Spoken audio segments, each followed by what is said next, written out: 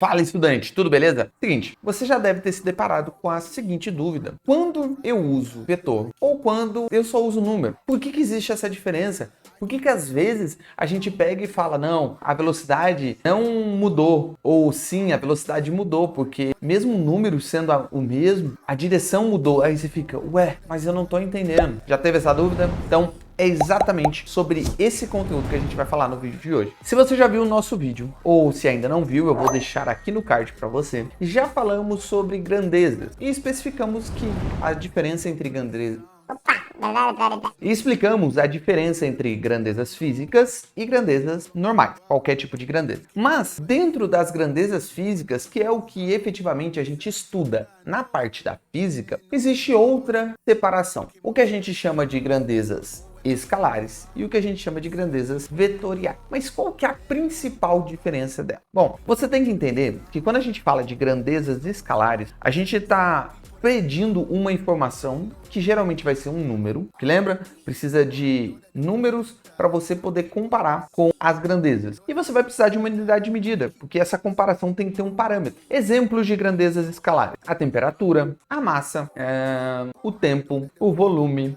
Deixa eu ver se tem mais algum. Acho que por enquanto só esse. Por exemplo, se eu digo para você, eu peso 82 quilos. Eu dei um número para você, eu dei uma unidade de medida. Essa informação é totalmente suficiente para você identificar e me comparar. Se eu sou pesado demais, se eu sou leve demais, se eu estou precisando de fazer uma dieta, se eu não estou. Percebe? Fica bem fácil. Ou se eu falo, amanhã, aqui em Porto Velho, aqui no meu computador diz que vai fazer 37 graus Celsius. Aí você pensa, caramba, calor. Pois é, Rondônia é um pouco quente mesmo. Às vezes fica até pior. Mas essa informação é suficiente. Você não pergunta, mas 37 graus, em qual direção? Isso parece ser meio doente.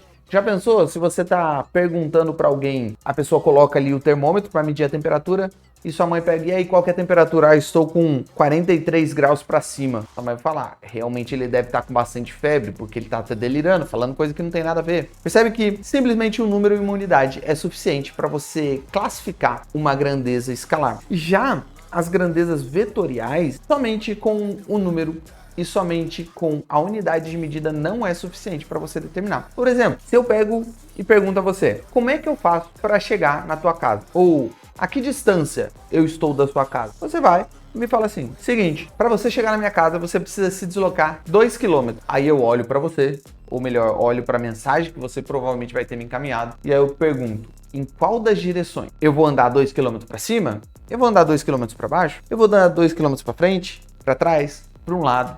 Para o outro, para onde? Ou se eu pego e falo para você, para abrir esse parafuso, você vai precisar aplicar uma força de 200 newtons. Aí você pega e pensa, mas 200 newtons para onde? No sentido horário ou no sentido anti-horário? Porque em um lado você está apertando, em outro você está afrouxando. Percebe que as grandezas vetoriais você não consegue classificar elas, ou você não consegue, ela não fica completa sem você dar uma direção, sem você dar um sentido, além do módulo.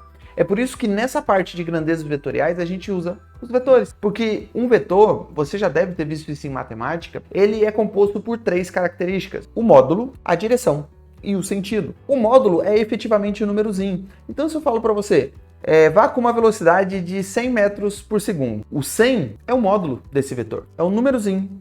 É o módulo dele. Agora, 100 metros por segundo, para cá ou para cá? Esse seria efetivamente o sentido. Sentido para cá ou para cá. Agora, e a direção? Bom, a direção pode ser para a esquerda, para a direita, para frente, para trás, percebe? Você usa as 3 características. É por isso que naqueles exercícios, geralmente as pessoas começam a confundir muito isso na parte de cinemática, nos movimentos circulares. Quando eu pego e falo que tem um corredor andando numa pista de corrida com uma velocidade constante de 10 metros por segundo. Aí eu pergunto para vocês, é uma pista circular, essa velocidade está mudando ou ela é constante? Ele falou que a velocidade é sempre 10 metros por segundo, então óbvio que ela é constante. Não, o módulo dessa velocidade é sempre constante, mas cada vez essa direção e o sentido está mudando. Pensa numa circunferência aqui, ó, nesse sentido aqui. Vai ter uma hora que a velocidade vai estar apontando para baixo. O módulo vai ser 10 metros por segundo, mas ela está apontando para baixo. Aí quando esse corredor estiver nesse ponto aqui, a velocidade vai estar apontando para cá. Quando ele estiver nesse ponto aqui, a velocidade vai estar apontando para cima. E quando estiver nesse ponto aqui, a velocidade vai estar apontando para o outro lado. Percebeu? Para que uma grandeza escalar a mude, basta um dos 3 fatores, que é módulo, sentido e direção, mude, pronto. Toda essa grandeza escalar foi alterada. Ficou mais claro essa questão de grandezas físicas, escalares e vetoriais? Então, deixo vocês com esse vídeo e a gente se vê no próximo. Valeu!